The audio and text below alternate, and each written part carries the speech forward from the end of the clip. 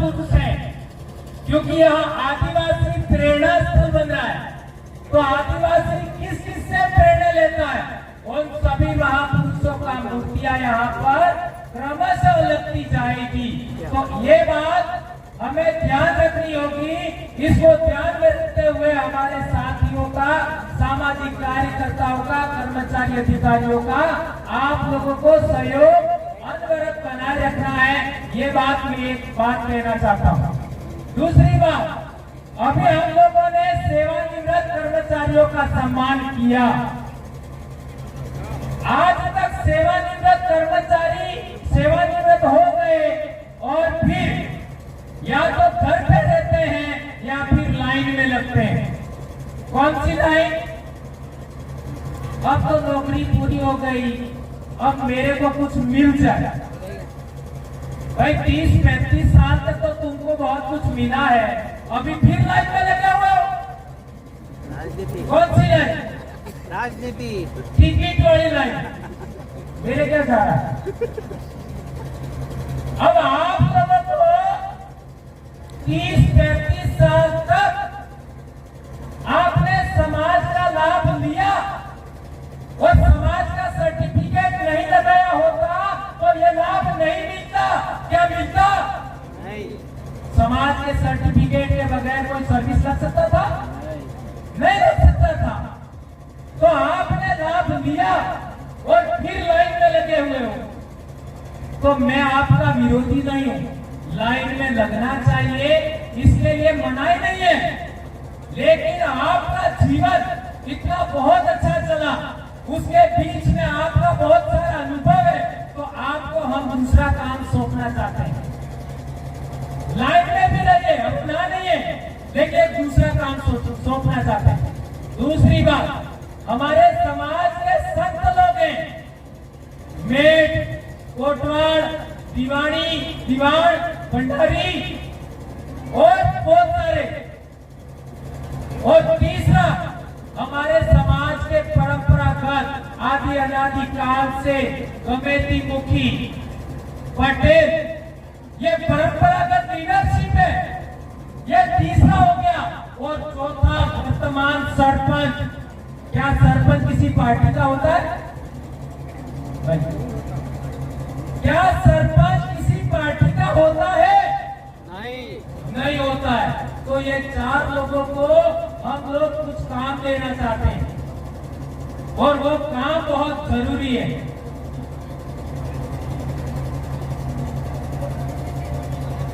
क्या काम? ये चार लोग आने वाले समय में जब भी सम्मेलन होंगे, ये हमारे वरिष्ठ लोग आके बैठे, ऐसा उनका अलग स्टेज बनेगा। वहां पर कौन कौन बैठेंगे? सेवानिवृत्त कर्मचारी नंबर 1, दूसरा कमेटी मुखी, तीसरा भगत और चौथा सरपंच लोग। वो ऐसे मुंह करके बैठेंगे। और एमएलए हो, चाहे मंत्री हो, चाहे संतरी हो, चाहे अधिकारी हो, सेवानिवृत्त, वो ऐसे मुंह करके बैठेंगे। और फिर कार्यक्रम तो होगा ही होगा और 4 बड़े काम इनको सौंपेंगे। कौन सा? नंबर 1, सरपंच का काम होगा कि अपनी पूरी पंचायत के अंदर दिन डूबने के बाद एक राउंड लगाए। सभी सड़कों पर सरपंच एक बार दिन डूबने के बाद घूमे। ऐसा होना चाहिए नहीं होना चाहिए? होना चाहिए। हाथ ऊंचा करो। अच्छा, और ऐसा सरपंच ना करे तो दूसरा सूचना। नंबर 2, जितने भी आपका कमेटी मुखी है, जितने भी कमेटी मुखी है, उनका काम होगा कि कोई भी बच्चा 20 साल से कम उम्र का, 20 साल से कम उम्र का कोई भी बच्चा अपने काका के घर भी न सोए। दिन डूबने के बाद बाबा के घर भी ना सोए, बुआ के घर भी नहीं, मामा के घर भी नहीं। दिन डूबने के बाद बच्चा अपने घर में होना चाहिए। इसके अलावा नहीं। क्या ऐसा होना चाहिए?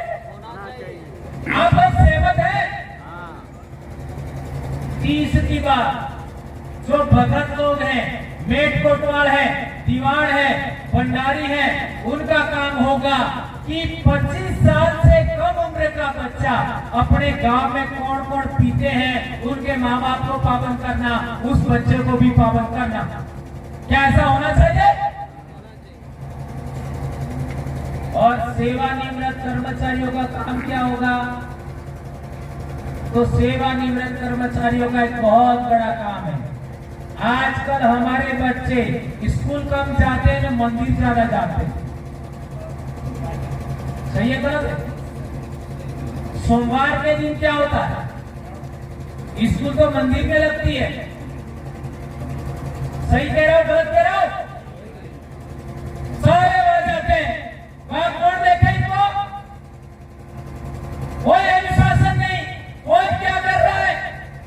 स्कूल के अंदर आपका एक टीचर पूरा साल पढ़ाता है और केवल 16 सोमवार में वो सारी पढ़ाई बर्बाद हो जाती है। क्या सही कह रहा हूं गलत कह रहा हूं? आज पॉक्सो के नाम पर हमारे कितने बच्चे जेलों में बंद हैं? वो उसका कारण क्या है? उसका एकमात्र कारण है कि हमारे बच्चे समाज से पहले, उम्र से पहले, समझने से पहले वो आपका इन गलत कामों में व्यस्त हो जाते हैं। इंटरनेट से हमारा बच्चा जुड़ गया और उसकी वजह से इतना बड़ा नुकसान हो रहा है। तो सेवानिवृत्त कर्मचारियों का काम होना चाहिए कि कोई भी बच्चा किसी भी माँ बाप का स्कूल टाइम में मंदिर में ना जाए। क्या आप ऐसा चाहते हैं? कौन कौन चाहते हैं? सबका फोटो खींचो, फोटो खींच लो भाई, इधर घुमा। आगे आकर के एक दो जने, अरे इधर घुमा कैमरा, पूरा बड़ा दो हाथ।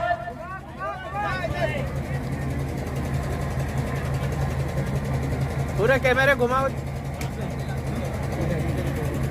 यदि ये चार काम हो गए, अरे आपका भी घुमा इधर पीछे। तो जितने पुलिस भाई भी यहाँ सुन रहे हैं, प्रशासन सुन रहा है, कलेक्टर सुने, एसपी सुने, मुख्यमंत्री सुने, प्रधानमंत्री सुने, मंत्री संतरी सुने, आज हमारे लाखों बच्चे जेलों में सड़ रहे हैं। माननीय आपका राष्ट्रपति ने भी कहा था कि कई लोग बगैर किसी कारण के जेलों में सड़ रहे हैं, उसमें से मैं मानता हूं 40% की कमी आ जाएगी। 40% की कमी, ये 4 काम कर लेते हैं हम लोग को। ये बहुत बड़ी बात है मेरे भाइयों। और पॉक्सो के अंदर आज कितने बच्चे बगैर किसी कारण के आपका जेलों में सड़ रहे हैं। 20 साल का जेल हो जाती है, फिर बाहर आके क्या करे? और आज छोटे छोटे बच्चे, 10वीं क्लास का बच्चा, 12वीं क्लास का बच्चा, लड़कों लड़की फांसी खा रहे हैं। अरे मैं पैदा हुआ, मेरी उम्र के जो लोग बड़े पैदा हुए, ये जो बड़े बुजुर्ग हैं उनको पूछो, वो पैदा हुए तब कौन फांसी खाता था? एक भी फांसी खा नहीं रहा था। नहीं तुम 7 फांसी खा लोगे तो फिर तुम्हारा जन्म होगा, ऐसा सोचते हो? नहीं होगा। कई लोग तो इस भ्रम में कि हमारो पासो जन्म था है, ये हाथे हाथे था है? आणि जिंदगी में हाथी नहीं जीवा मरजू तो मोर जीवा मरे। अरे नारायण को नहीं जन्म होगा, हाथी तो थवान दूर नहीं वादे, पुनर्जन्म नहीं होता है। ये घर में मत रहो। ये सारी बीमारी इन मंदिर वालों ने हमारे दिमाग में ठूसी है, पहले नहीं था ये।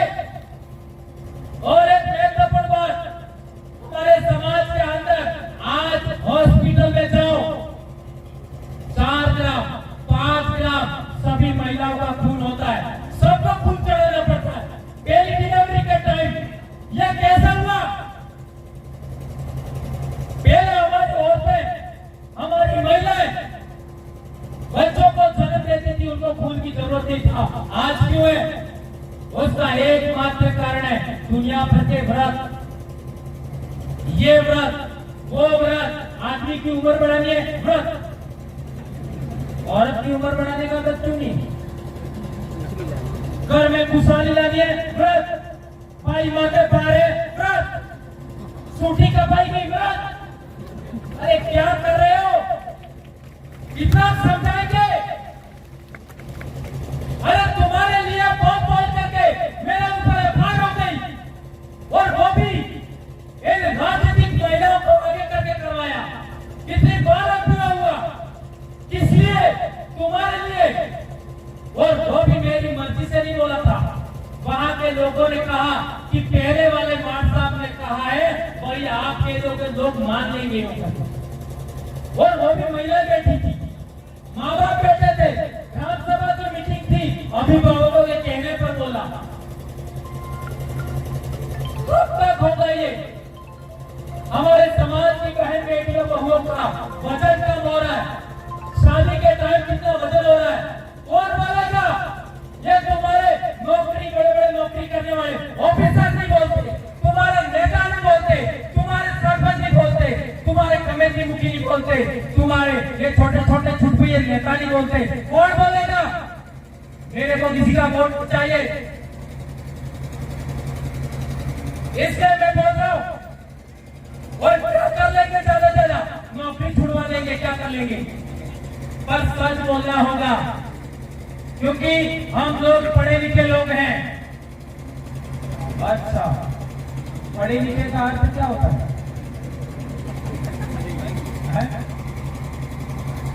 पढ़े लिखे का अर्थ क्या होता है? कोई एक जरा बताओ, खड़ा होकर, कितना जल्दी हो जाएगा? पढ़े लिखे का अर्थ क्या होता है? काला माते लखीन वही पढ़वानो, थोड़ा माते लखीन वही पढ़वानो। पढ़े लिखे के बाद पढ़ा लिखा होने का एक ही अर्थ है, नंबर 1, क्या सही है, क्या गलत है। ध्यान रखो, क्या सही है, क्या गलत है, उसका फैसला करना। क्या सही है, क्या गलत है, उसका फैसला करना। जो आदमी अपने दिमाग से क्या सही है, क्या गलत है, उसका फैसला कर लेता है, वो पढ़ा लिखा। और रिटायरमेंट होने के बाद भी ये फैसला नहीं कर सके, उसको क्या कहेंगे? लिखा पढ़ा। लिखा पढ़ा, लिखा पढ़ा। जो लिखा हुआ था वो पढ़ा, दिमाग का उपयोग नहीं किया। अरे भैया, तुमने पूरी जिंदगी लगाया समाज के लिए, इन आने वाले बच्चों को, इन बेटियों को, इन बेटों को खुद को दीजिए। आप अधिकारी बने, कर्मचारी बने, क्या किया आपने समाज को? आप नेता बने, आप सरपंच बने, आप मंत्री संतरी बने, क्या किया समाज को? दीजिए, ज्ञान दीजिए। और ज्ञान भी ऐसा होना चाहिए, क्या सही क्या गलत, उसका फैसला कर सकता। ये बात होनी चाहिए। एक और अंतिम पॉइंट है,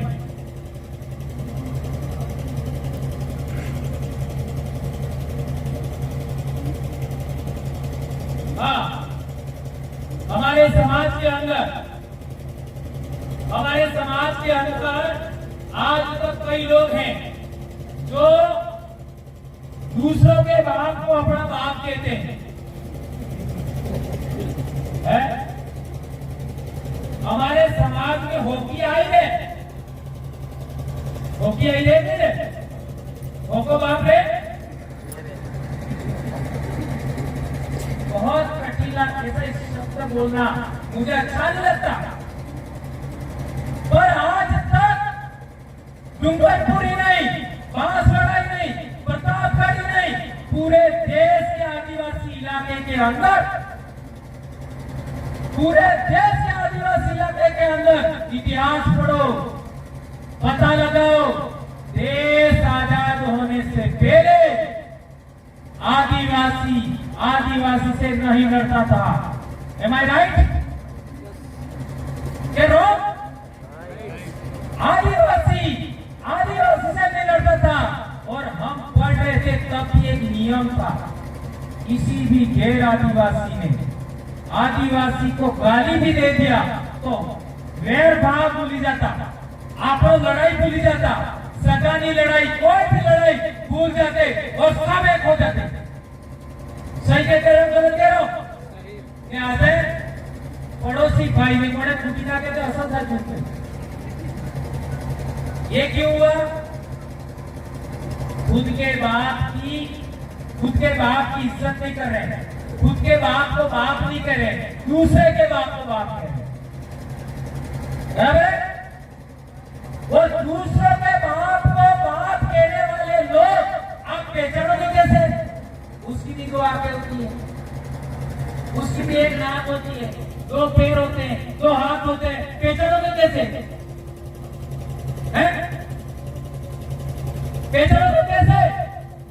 जो खुद के बाप को कभी जयकारा नहीं लगाते हैं और दूसरे के बाप का जयकारा लगाते हैं, वो लोग दूसरे के बाप को अपना बाप कहते हैं।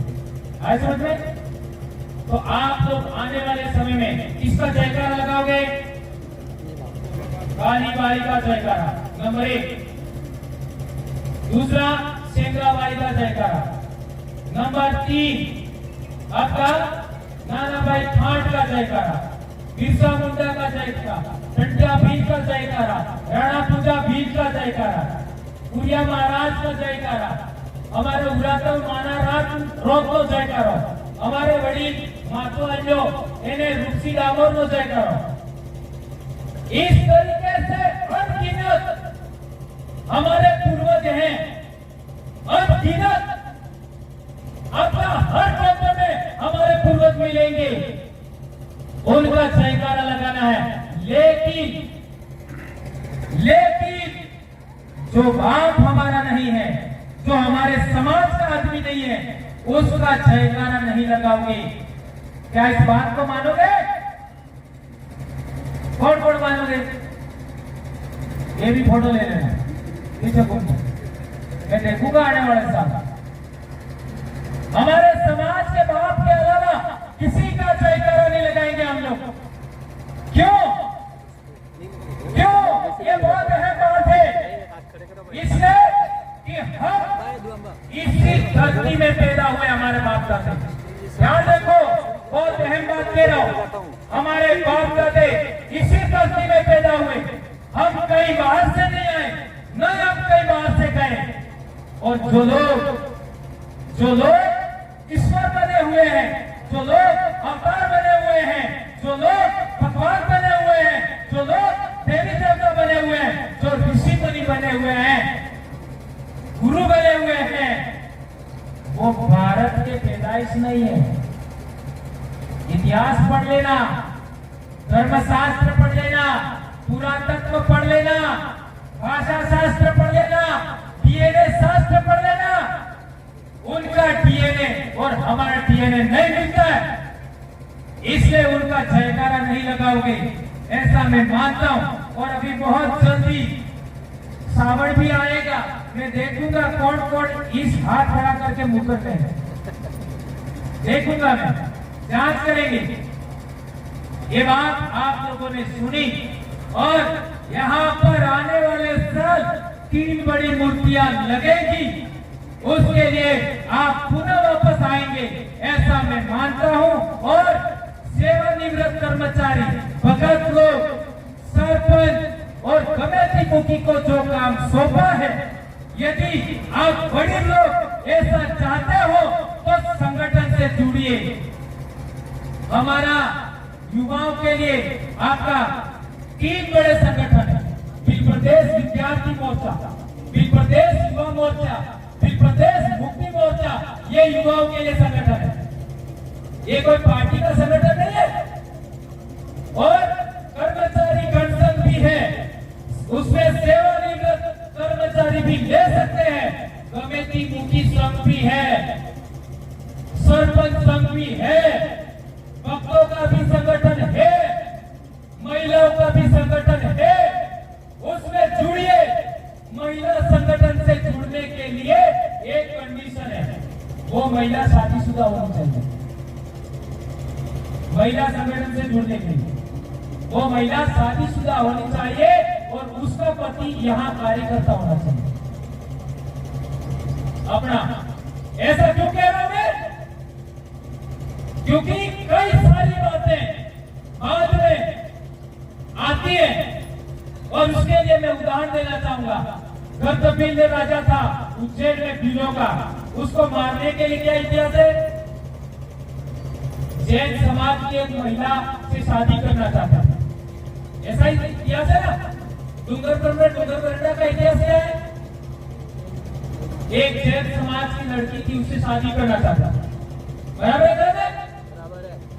इसीलिए हम लोगों ने नियम बनाया है महिला संघ के लिए कि वो शादीशुदा होनी चाहिए, नंबर 1, और नंबर 2 उसका पति हमारा कार्यकर्ता होगा। ये गलत है, राइट है? सही है। और ये कोई मैंने नियम नहीं बनाया, मैं बोल रहा हूं, लेकिन हमारे डीसीसी में ये सब नियम फाइनल हुए, ठीक है। और आज यहाँ पर जो कमेटी हमारे मुखी और जितने वरिष्ठ लोग आए हैं, आपसे मैं आग्रह करता हूँ कि आप आगे रहिए, हम आपके पीछे चलेंगे। आपको जिंदगी में जो सम्मान नहीं मिला, जो काम नहीं हुए, वो सब काम होंगे। हम आशा करते हैं कि आप हमारे युवाओं को साथ देंगे। इसी आशा और विश्वास के साथ अपनी बात समाप्त करता हूँ। जय आदिवासी, जय जोहार।